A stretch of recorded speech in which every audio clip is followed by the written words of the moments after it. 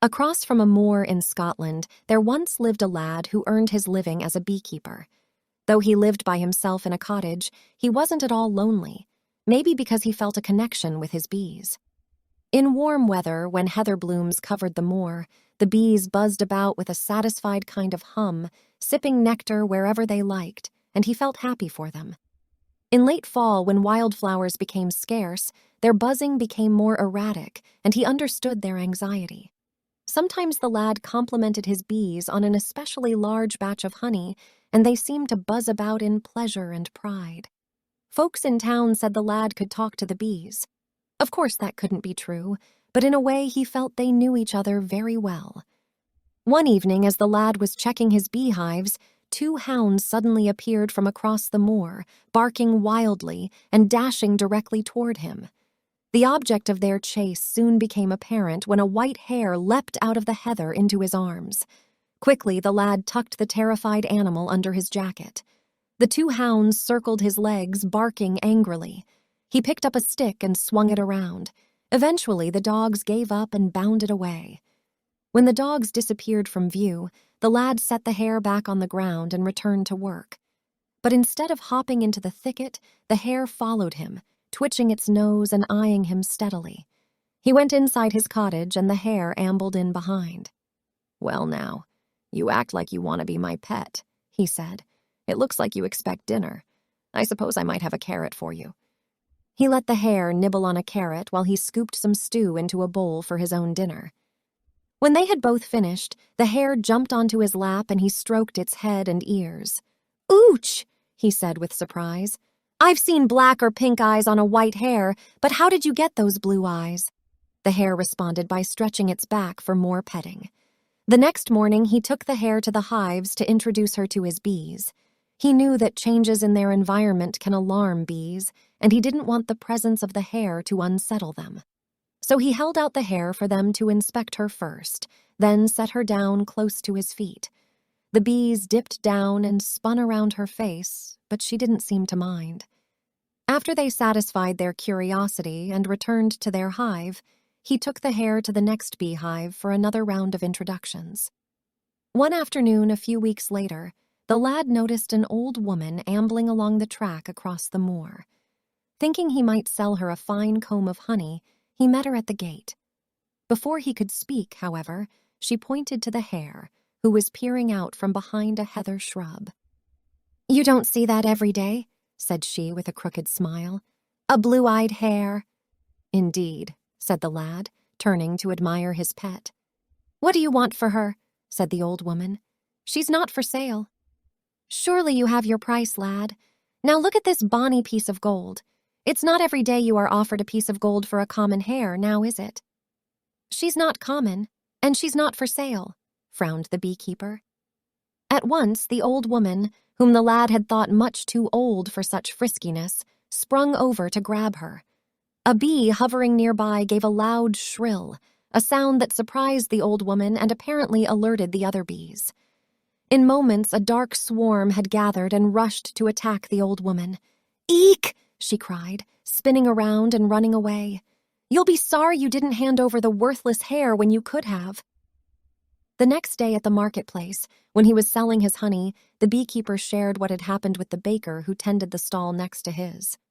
"Surely the woman was a witch," said the baker, arranging his bread, potato scones, and meat pies into neat rows.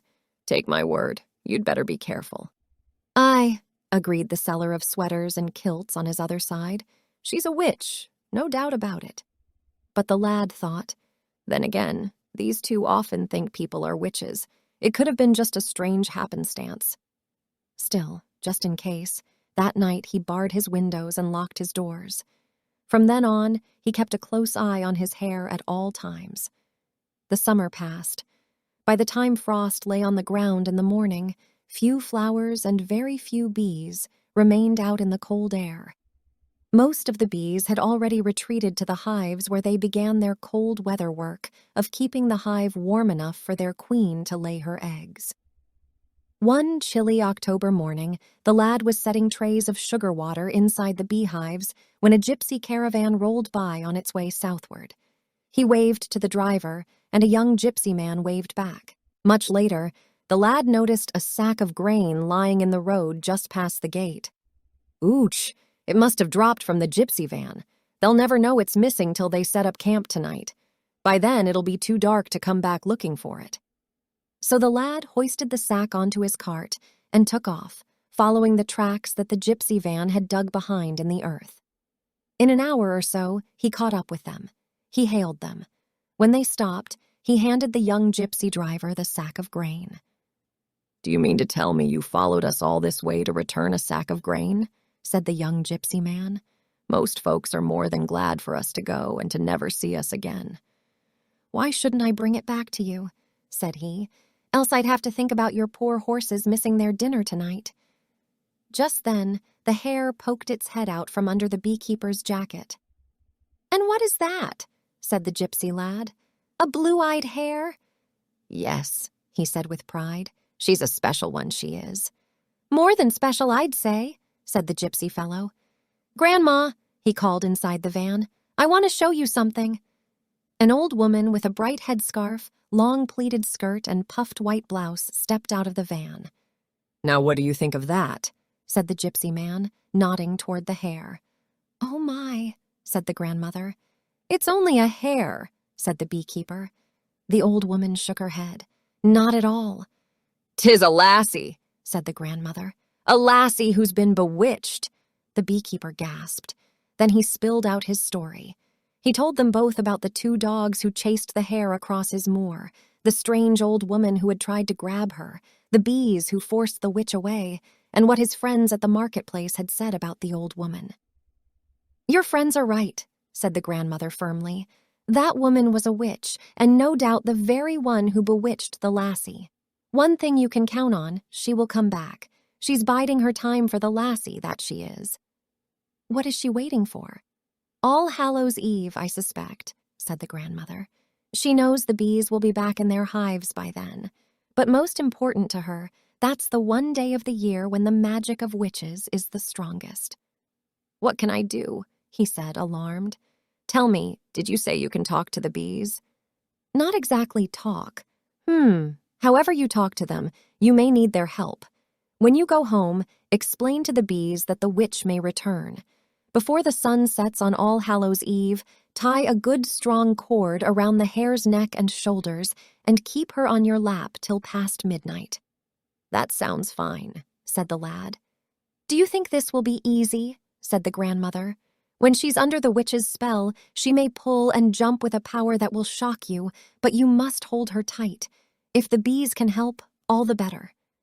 The old woman took a deep breath and looked at him with her old watery eyes. "That's all I can say. Other than that, what will be, will be." When the lad returned to his cottage, he carried the hare from hive to hive, repeating what the old gypsy woman had told him. On the one hand, he felt a bit silly explaining all of this to a mass of bees. Yet by their collective sounds, they seemed to murmur in understanding, as a person would do who was listening. And when the lad stepped away, he sensed a building excitement from within the hive. On All Hallows' Eve, the beekeeper tied a strong cord around the hare's neck and shoulders and set her on his lap. There she stayed contentedly until the darkness settled so thickly that he could only see the profile of her white fur. Then suddenly, the hare lurched so powerfully that he could barely contain her. She twisted with such might, it was all he could do to keep her from sliding out of his hands. Just as she started to wriggle free, he heard a hum that meant his bees were encircling them. Closer and thicker came the bees, forming a tall and deep surround. The hare jerked her ears and twitched her nose. She flitted on his lap and hopped about, but no longer tried to escape. Finally, the hare settled down once more. And then, the marvel of it, no longer was a white, blue-eyed hare on his lap, but a bonny, blue-eyed lassie. Quickly, he removed the cord from around her neck. They laughed at the wonder of it. They did not know what to think. But as morning dawned, the bees were back in their hives, the geese were winging over the moor, and the lad and his lassie were in the cottage, making plans to marry. The end. Thank you so much for joining us for another classic tale at Kids Bedtime Stories HQ. We hope you enjoyed our enchanting journey through this classic tale. If you and your little ones cherished this timeless bedtime story, would you please show your love by giving this video a big thumbs up? Your likes really help our channel grow and allow us to continue creating magical storytime experiences for families everywhere. And, if you haven't already, please do subscribe to our channel. It's the best way to stay updated on our latest stories and adventures. Now here's an exciting offer just for you. How about a personalized bedtime story where you and your children become the stars of your own magical tale? Imagine me taking you through a unique adventure crafted just for you. Sounds exciting, right? To make this happen, all you need to do is click on the link in the description below. Thank you again for being a part of our storytelling community. Remember, at Kids Bedtime Stories HQ, dreams really do come true. Sweet dreams, adventurers, until next time.